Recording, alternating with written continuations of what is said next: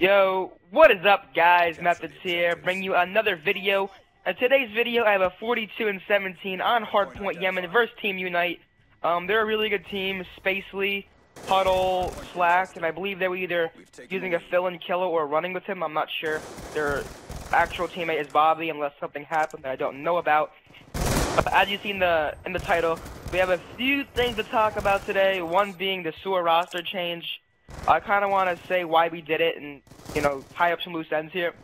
So, sewer placed really well at UMG Chicago. We placed 5th. We played really well. And we were not planning on a roster change until we got back. We didn't win a scrim since UMG. I know scrims don't mean a lot, but we had to let Mosh go. It wasn't working out. We didn't feel confident that we placed really well at MLG Dallas with Mosh, even though he's a great player, and for some reason it just wasn't working out. He was sort of complaining in scrims a lot, and like I said, I know it's only scrims, but we dropped Mosh for Lawless. We feel like it was the best decision for the team, and I wish Mosh the best of luck. He joined AX, another great team with a couple of my friends. Example, I believe it's Bloods and Rybad. Rybad's actually one of my really close gaming friends, so he found a good home. AX is a really solid squad. Yesterday they won a tournament for a Dallas team pass, so I really love Mosh. He's probably one of my favorite people to play with and talk to. He's just really down-to-earth guy, so it was the last thing I wanted to do. Dropping a player is always tough, but at the end of the day, it's a business. You got to do what you think's, you know, going to be the best for the team. You can't, you can't not drop a player just because he's your friend and you like him a lot. It just, we felt it had to be done, and a lot of people disagree with it.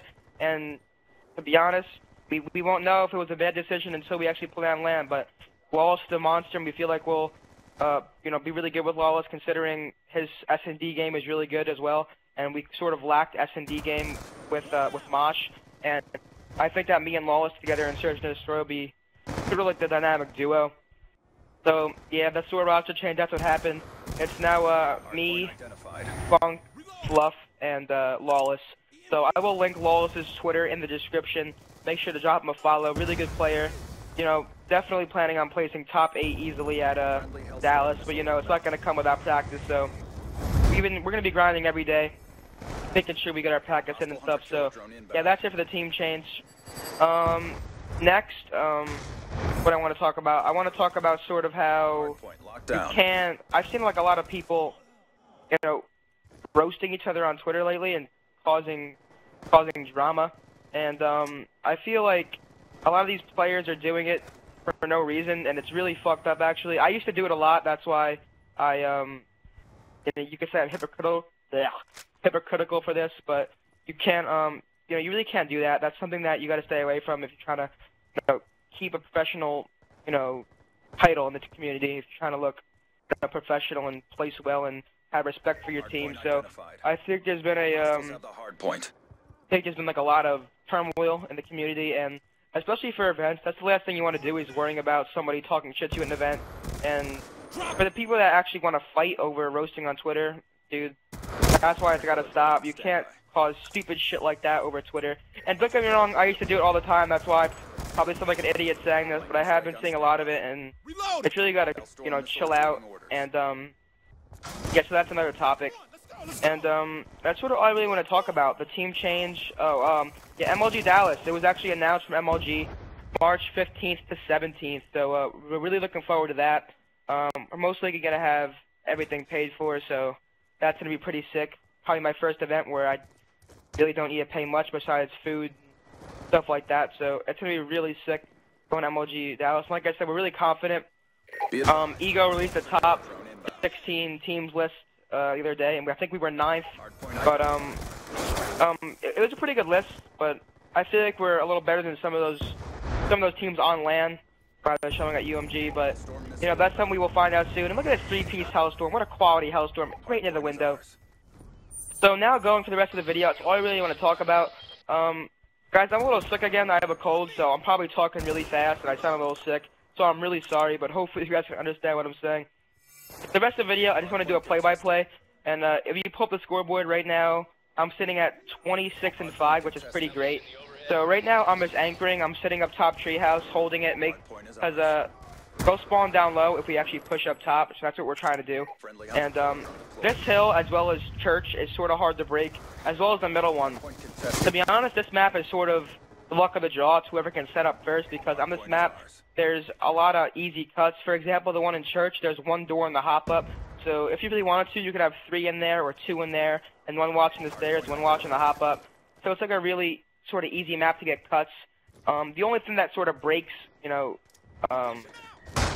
breaks setups on this map are like kill streaks if you can acquire them. That really helps like the market and the treehouse and such. Because this middle one right here, teams usually end up getting like maybe 15 points each off of it. There's really not. It's really hard to hold, as you can say, because of the fact that you can get shot from so many places, and like the only thing you basically have is being able to lay down behind that box and behind that barrel. So you really can't do much there. So this map is sort of, easier if you have good setups and you're set up quickly. See, right now it's like 132 to 102. We need to get the rest of these points since they're already set up treehouse. So these points are really crucial right here. So I believe we end up getting the player off, and we end up holding the 10 seconds. And every point counts in Hardpoint. You gotta make sure you get as many points as needed. And I'm pretty sure we end up breaking this setup right here, which is really crucial. And for this next setup, which will be treehouse, you really want to push up top just so they get the road spawn, because it's very easy to spawn shot from the window. I think you'll see me. I actually killed Lawless there, so right now I'm just watching the cross, and I'm pretty sure I die here. I'm pretty sure he sort of rapes me, so I shouldn't let that happen to me. That kind of screwed us over a little bit. But I call my lightning strike right now. I think I get a kill or 2 to get a cut. They're gonna spawn road, so I call it in right there, and I believe, yeah, I end up getting 1 kill, and immediately I'm gonna look road because that's where they're gonna be coming from. Right now I'm using stock, quick draw, and reflex. So as you see right there, I got a kill. We just killed 3. 20 seconds are huge right here. We really gotta get these. I don't know why no one's in it. I believe I'm gonna hop on it. Like, we just missed like 7 points right there. You never want to do that. And Spacey's below me, and there's a player shooting me from statue, so I'm just gonna lay down. You really don't want to expose yourself too much. Right now I'm just in the corner. This corner is real. Like, you can get shot really easily through that wall. So I sort of just stay alive and I eat bullets, and I toss Nate behind the barrels. Maybe he's still head glitching it. And this is going to be a huge break right here, breaking the top market. It's not very easy to break just because there's only 3 ways you can come from: the left side, the middle, and the right side. And I just got mortally destroyed. So I'm pushing at the left side here, and we just killed 3. That was a huge break by us. And I'm just tossing something the other side. And like I said, I have an AR, so I'm going to try to keep my distance a little bit. You really don't want to push up too much with an AR because most of the time you're probably going to die. Right now it's just me and Lawless here. We just took out 2, and I see one to the right side. I picked him off, and I believe I'm going I get like 2 or 3 more kills here. So me and Lawless really went huge holding this. And like I said, boys, Lawless is a really good player, and we're really excited to have him. So as you see right here, we're going to be pushing Church. Church is a very easy hold if they get set up. As you see, I have my Hunter Killer, and I'm going to save that to get him out of the church from the outside. Just because it's so hard to get through the door in there, just because it's so easy to watch if you have, even one player in there. If someone has a shotgun, like Killer uses, Killer's pretty nasty with the shotgun, so we had to use something to get him out. So I do save my Hunter right here, and I'm pushing the mid-bridge. And they're going to keep spawning small arches, so I'm going to be watching the small arches a lot, and I'm basically just holding this cut right here, because that's where they'll be coming from. I do Hunter Killer on one of them, and Killer's still in there with the shotgun, so I'm just going to hold this cut right now, just because this is where they're going to flood from. And this is like the main crucial point, because they're going to spawn treehouse. So basically he's pushing the back, but there's still a couple of players coming through the arches, and that kid ate bullets. There's really nothing I can do. I end up taking him out, though. Like I said, I'm still watching, but I'm pretty sure they all rotate to the back. This game's coming really close, and I believe after this we don't even go for it anymore, just because we're probably not going to get it. And yeah, like I said right there, it's very easy to hold. You can have 2 or 3 players in there, 1 player on the outside watching the hop up, so it's a very easy hard point to hold. Right now I'm sitting at 41 and 13, which is pretty phenomenal, especially for a map like this, dropping 40 kills in such a decent big map. And right now I'm set up at the statue already, as this dude gets some lucky shots on me. He does get a nice kill. That was slacked. And so I spawn up down the road, and I'm just pre-aiming the window. And I'm going to try getting top treehouse spawn, because this is what we need. As you see, we beat them here, so we just got 3 down. And in Hardpoint, it's an automatic respawn. So right now we're just set up. I'm pretty sure I end up getting flanked soon, because they're up top. I probably should have been focused more on it. He shoots me from, I think, my left, yeah. So right now we're set up. We pretty much have it in the bag. There's no way they're coming back. But yeah, guys, hopefully you guys enjoyed. Like I said, this probably wasn't that great of a commentary. I probably was talking too fast. I sound a little sick. I still have a minor cold, so I'm sorry for that, guys.